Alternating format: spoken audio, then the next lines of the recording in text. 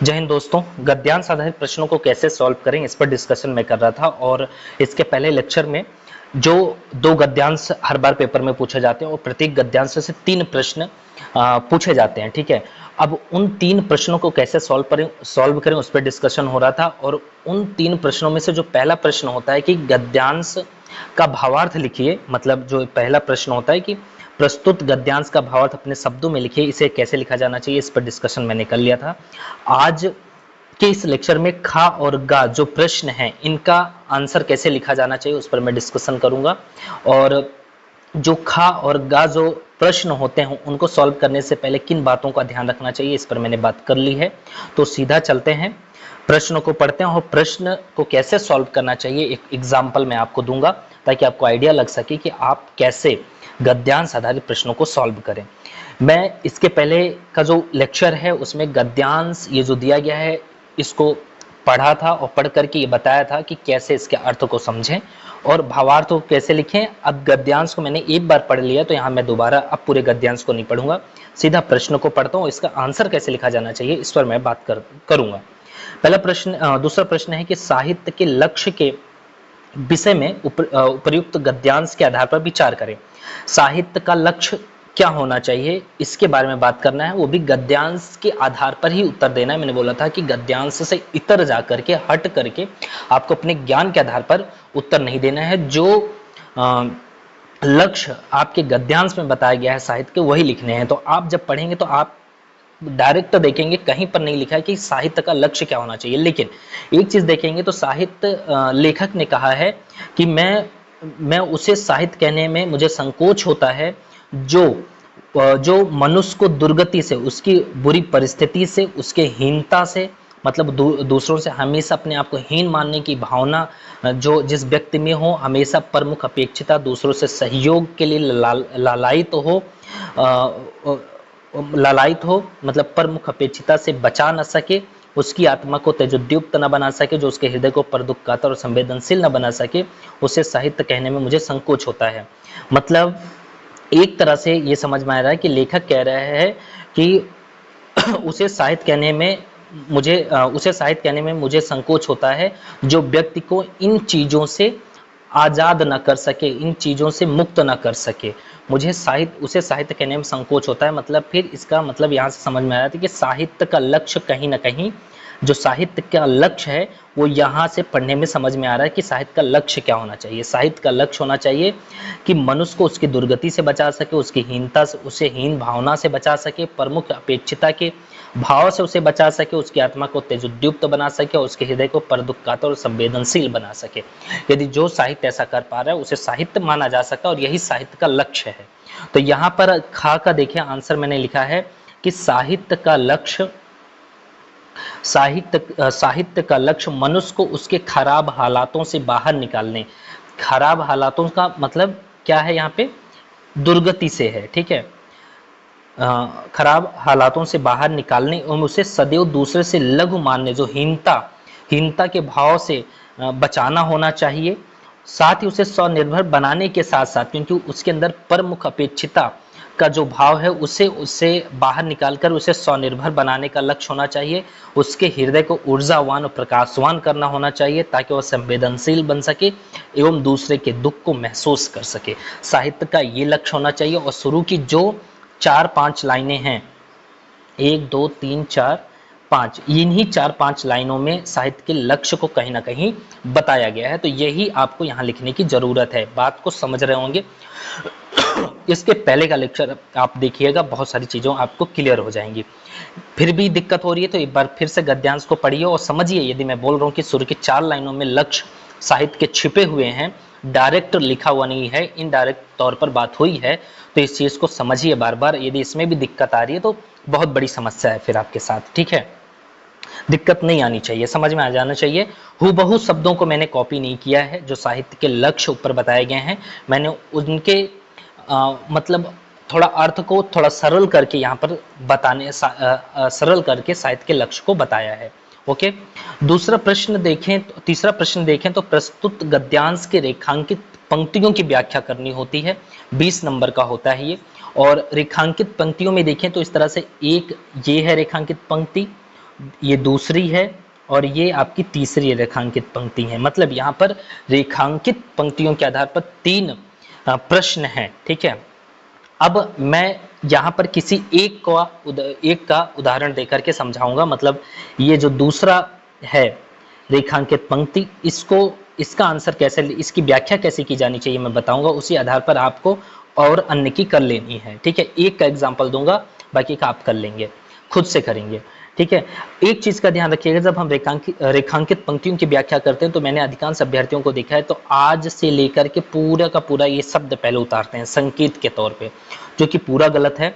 और कुछ अभ्यर्थी ऐसे होते हैं कि आज नाना भांति के संकीर्ण ऐसे शुरू के 5 शब्द उतारेंगे और लास्ट फिर डॉट डॉट डॉट लगाते हुए लास्ट के 4-5 शब्द उतारेंगे, वो भी नहीं करना है। शुरू के सिर्फ 2 से 3 शब्दों को लिखिए, फिर डॉट डॉट लगाइए और लास्ट के 2 से 3 शब्द ही पर्याप्त हैं, लिख करके संकेत के रूप में छोड़िए, फिर व्याख्या करना शुरू करिए, ठीक है। जैसे देखो तो मैंने लिखा है कि आज नाना भांति डॉट डॉट डॉट हो गया है, फिर इन्वर्टेड कॉमा में बंद कर दिया है, ठीक है। इस तरह से आप संकेत देकर के छोड़ देंगे। मतलब ये दूसरी है, रेखांकित पंक्तियों 3 है और 3 में ये दूसरी है जिसकी आप व्याख्या करने जा रहे हैं। अब आप पढ़ें एक बार तो जो दूसरी रेखांकित पंक्ति है तो क्या लिखा हुआ है। और मैंने इसके पहले के लेक्चर में कहा है कि जब रेखांकित पंक्तियों की व्याख्या करें तो कोई विचार है तो उसके पक्ष और विपक्ष में सोचें। पर्याप्त आप गुंजाइश होती है कि आप वहाँ उदाहरण, प्रसंग, उद्धरण, दोहा, मुहावरा और यहाँ तक कि जब आपको लग रहा है कि इस पंक्ति की जो जिस रेखांकित पंक्ति की व्याख्या करना है इसमें कुछ निष्कर्ष के तौर पर लास्ट में सुझावात्मक चीज़ों, निष्कर्ष सुझावात्मक वे में कुछ लिखा जा सकता है तो पूरी संभावना कि आप वहाँ लिख सकते हैं, ठीक है। जैसे अभी आज समझेंगे। अब जैसे मैं इस लाइन को पढ़ूं एक बार तो लिखा हुआ है कि आज नाना भांति के संकीर्ण स्वार्थों ने, मतलब बहुत छोटे छोटे किस्म के स्वार्थों ने, स्वार्थ ऐसा कि मतलब जिसका कोई आधार ही नहीं, कोई लॉजिक नहीं है, ऐसे छोटे छोटे स्वार्थों ने ऐसे संकीर्ण स्वार्थों ने मनुष्य को कुछ ऐसा अंधा बना दिया है कि जाति धर्म निर्विशेष मनुष्य के हित की बात सोचना संभव हो गया है। मतलब जो व्यक्ति है जाति और धर्म, कास्ट और रिलीजन से हट करके, उससे परे जा करके मानव के हित के बारे में सोचना भूल गया है। यदि किसी मानव के बारे में सोच भी रहा है तो वो कौन सा चश्मा लगाकर देख रहा है कि वो किस कास्ट और रिलीजन का है। यदि जाति और धर्म उससे मैच खा रहा है कि वो व्यक्ति उसके जाति और धर्म का है तो उसकी हेल्प करेगा, नहीं तो नहीं करेगा। लेकिन मानवता ये कहती है कि जाति और धर्म से परे जा करके, इस सबसे हट करके सभी जो व्यक्ति हैं उनको उनकी हेल्प करनी चाहिए, उनको जाति धर्म से बंद करके नहीं देखना चाहिए। जो दुख तकलीफ में हैं तो सबकी मदद करनी चाहिए, मानवता यही कहती है। लेकिन आज क्या हो गया है कि मानव इस तरह से कास्ट और रिलीजन में बंध चुका है कि उससे परे जा करके मानव के बारे में सोचना भूल चुका है। किसी दूसरे जाति और धर्म के व्यक्ति को मारा पीटा जा रहा है, हत्या उसकी की जा रही है, वायलेंस उसके साथ किया जा रहा है, तो उसी जिसकी हत्या की जा रही है उससे विपरीत जो जाति और धर्म के लोग हैं उनको वो अंदर से प्रसन्न होते हैं, मतलब अच्छा फील करते हैं। ये मानवता नहीं है, ये मानवता नहीं है। और साहित्य ऐसा सब्जेक्ट है जो कि व्यक्ति में मानवता के दीप को जलाता है। तो और आज यही हुआ है कि मनुष्य जाति और धर्म निर्विशेष से हट करके मनुष्य के हित के बारे में सोचना भूल गया है। अब यहाँ पर देखें तो आज नाना भांति के संकीर्ण स्वार्थों ने मनुष्य को अंधा बना दिया है, जिससे मनुष्य जाति धर्म निर्विशेष मनुष्य के हित के बारे में सोचना संभव हो गया है। अब इसी 3 लाइन को देखिए कैसे मैं व्याख्या करता हूँ, ये बहुत ध्यान से देखिए। क्या व्याख्या मैंने लिखा है यहाँ पे, ठीक है। जब आप कोई दोहा दे रहे हैं, प्रसंग दे रहे हैं, उद्धरण दे रहे हैं तो उसको आप ब्लैक पेन से ही लिखिए, ज़्यादा अच्छा रहेगा, आकर्षित बनाता है आपके आंसर को। व्याख्या को भी आप ऐसे ही ब्लैक पेन से, और जो संकेत छोड़ेंगे वो भी ब्लैक पेन से। आगे देखिए तो मैंने लिखा है व्याख्या में, आज के इस युग में लोगों के बीच जो रिश्ता है सिर्फ स्वार्थ पर आधारित हो गया है, ठीक है। कुछ इस तरह से मैंने शुरुआत की। ये जो मैंने आंसर लिखा है, मैं ये नहीं कह रहा हूँ कि 100% यही सही है, यही पूरी तरह से है। इन सब प्रश्नों में, इसी तरह जीएस के प्रश्नों में और यहाँ पर पूरी गुंजाइश है कि इससे भी बेहतर सोचा जा सकता है। हो सकता है कि जिसने और गहन अध्ययन साहित्य पे किया हो, हिंदी साहित्य ऑप्शनल को खूब अच्छे से पढ़ा हो, समाज को परखने की क्षमता उसके अंदर अच्छी हो, वो इससे भी सटीक और अच्छा सोच करके लिख सकता है, गुंजाइश पूरी है। तो ये बिल्कुल मत सोचिएगा कि जो ये लिख दिया गया है यही 100% और अंत है, इससे अच्छा और सोचा नहीं जा सकता, इससे बेहतर सोचा जा सकता है। ठीक है, 20 नंबर का है तो आप यहाँ 13 से 14 नंबर तो पा ही जाएंगे। लेकिन कभी कभी ऐसा होता है कि जब एग्जामिनर कॉपी चेक करने बैठता है तो जब ऐसे देखते हैं तो आपको एक नॉर्मली 20 में से 13-14 नंबर दे के जाता है। लेकिन कभी कभी ना जो एग्जामिनर के ज्ञान चक्षु होते हैं, आपके प्रश्नों को पढ़ा 12-13 नंबर दिया, इसके बाद 4-5 स्टूडेंटों ऐसे अभ्यर्थियों की कॉपी को चेक करता रहा और अचानक से एक ऐसी कॉपी मिल गई जिसने क्या लिखा, मतलब पिछले जितने भी बच्चे थे जिन्होंने लिखा था व्याख्या, उससे तो और गहराई और इतना सटीक लिखा है कि वो गदगद सा हो जाता है। मैंने पिछले 6 सालों में लाखों आंसर चेक कर दिए हैं और मैंने ऐसा महसूस किया है। जब मैं 10 में से 5 नंबर और 5.5 नंबर, क्योंकि यूपीएससी में 60% से ज़्यादा नंबर नहीं दे सकते, तो 10 में से 6 नंबर तक दिया है। लेकिन कभी कभी जब ऐसे बीच में कोई बच्चा मिल जाता है जिसकी कॉपी इतनी अच्छी होती है तो मन करता है कि यार इसको 7 दे दूं, तभी इसके साथ न्याय हो पाएगा, क्योंकि इसने औरों से बहुत अच्छा लिखा है। और मैं पूरी रिस्पॉन्सिबिलिटी के साथ फिर वहाँ पे उसको, मतलब बहुत साढ़े सबको 6 दिया है तो यहाँ पर मजबूरी में मतलब 6.5 तक चले जाता हूँ। मतलब आप 6.5 भी, आधा नंबर भी बहुत मायने रखता है यू मीन्स एग्जाम में। तो यहाँ आधा नंबर भी बढ़ के मिल जा रहा है तो आपको दूसरों से इसने, आपके आंसर ने आपको आगे कर दिया। ये मत सोचिए आधा नंबर बहुत कम, लेकिन बहुत फर्क रखता है। समझ रहे हैं इस बात को। और कभी कभी और सभी 6 नंबर नहीं पाते हैं, ये भी ध्यान रखिएगा। कुछ ही होते हैं जो 6 नहीं तो अधिकांश 5 नंबर के आसपास रहते हैं, लेकिन आपको वहाँ 6.5 मिल जा रहा है तो आप 1.5 नंबर ज़्यादा ले आ रहे हैं। तो इसीलिए कहा जाता है कि आंसर राइटिंग डेली करिए, आंसर राइटिंग डेली करिए और ऐसे प्रश्नों की व्याख्या भी लगातार करिए, क्योंकि जब आप व्याख्या करते रहेंगे, अभ्यास करते रहेंगे, तभी दिन उत्तरोत्तर धीरे धीरे ही अच्छे स्थिति में पहुंच पाते हैं। ठीक है, तो अब चलिए व्याख्या को देखते हैं। आज के इस युग में लोगों के बीच का जो रिश्ता है वो स्वार्थ पर आधारित हो गया है, अर्थात मानवता के नाम पर किसी में करुणा और दया, सेवा भाव जैसे मूल्य ही समाप्त हो गए हैं। मतलब जो संकीर्ण स्वार्थ ने मानवता को समाप्त कर दिया है। कुल मिलाकर के वही रेखांकित पंक्तियों की पहली लाइन की व्याख्या यहाँ मैंने की। ठीक है, थोड़ा करुणा, दया, सेवा भाव जैसे मूल्य को जोड़ दिया है, मानवता के नाम पर ये होने चाहिए। ये सब चीजें नहीं हो रही हैं, संकीर्ण स्वार्थों ने इन सब चीजों का पतन कर दिया है। अब आगे मैंने कैसे लिंक करके ये दोहा दूंगा कि इस संदर्भ में तुलसीदास जी का यह दोहा ठीक बैठता है। ठीक है, ऐसे ही लिंक करना है पीछे के वाक्य से। सौरथ लाग करहीं सब प्रीति, बिन सौरथ नहीं कहूँ सुदृढ़ नीति। ठीक है, इस तरह से आपने इस चीज को समझाया दोहे के माध्यम से। अब आगे चलिए। वहीं दूसरी ओर मानव समाज ने जाति धर्म से परे, जो रेखांकित पंक्ति है उसको पढ़ेंगे तो उसी में है, उसकी दूसरी लाइन की एक तरह से मैं यहाँ पर व्याख्या कर रहा हूँ। वहीं दूसरी ओर मानव समाज ने जाति धर्म से परे जाकर मनुष्य के हित के बारे में सोचना ही छोड़ दिया है। मनुष्य के हित के बारे में सोच ही नहीं रहा है, मानव सिर्फ जाति और धर्म से बंध चुका है। और यही वजह है, जाति और धर्म से बंध जाने की ही वजह है कि आज परिणामता हमें कन्हैयालाल हत्याकांड जैसे उदाहरण, उदयपुर की घटना आपने देखी। वैसे ही अभी 1 ही 2 साल पहले की घटना है, राजस्थान की ही थी। एक दलित बच्चे ने, जो सवर्ण वर्ग के टीचर थे, उनके मटके से पानी पी लिया था, तो उन्होंने उसको पीट करके इतना पीटा कि उसकी डेथ हो गई। तो वो जातिगत संप्रभुता का एक उदाहरण हो गया।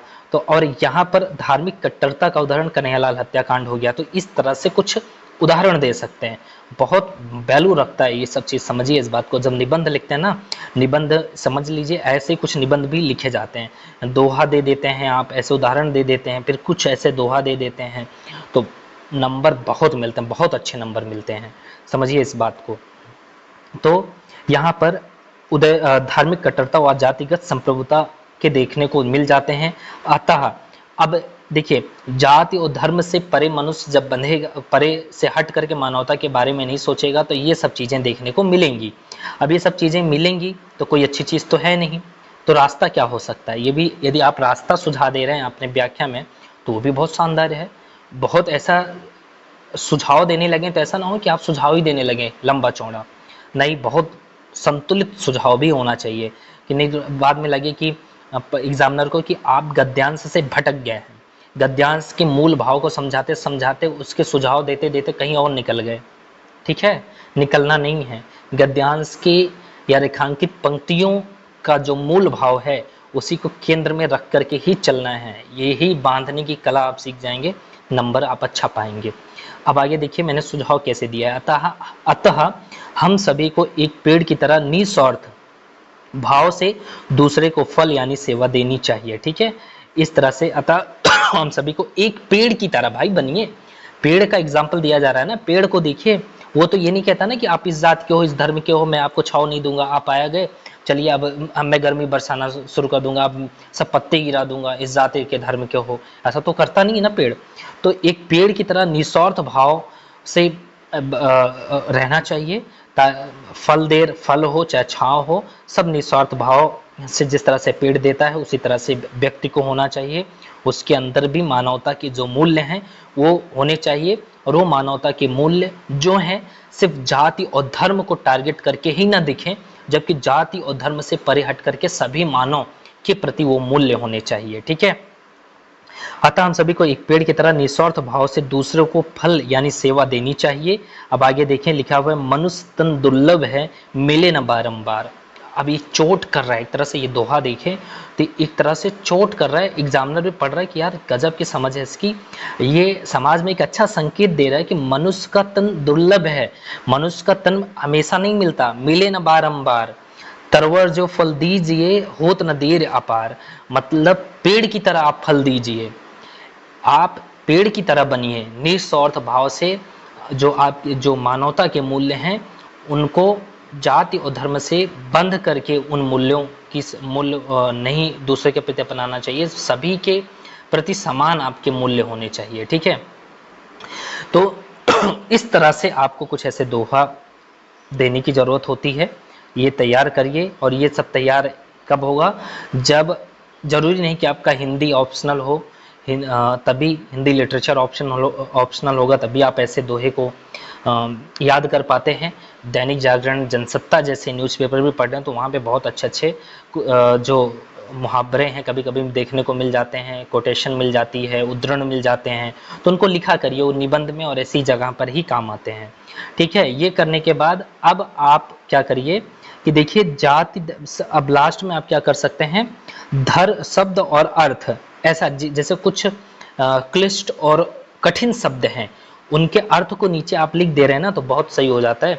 फिर एग्जामिनर को कभी कभी थोड़ा कम मेहनत करनी पड़ती है, जब कम मेहनत करनी पड़ती है एग्जामिनर के लिए, जितना आप सरल चीज़ें कर देते हैं उतना ज़्यादा आपको नंबर मिलते हैं। तो जाति धर्म निर्विशेष और चीज़ों का अर्थ मैंने शब्दार्थ ऊपर भी लिख दिया था, इसलिए यहाँ पर दोबारा दोहराव न हो इसलिए नहीं लिखा, लेकिन यहाँ पर जाति धर्म निर्विशेष का मतलब जाति धर्म के आधार पर अलग नहीं मानना।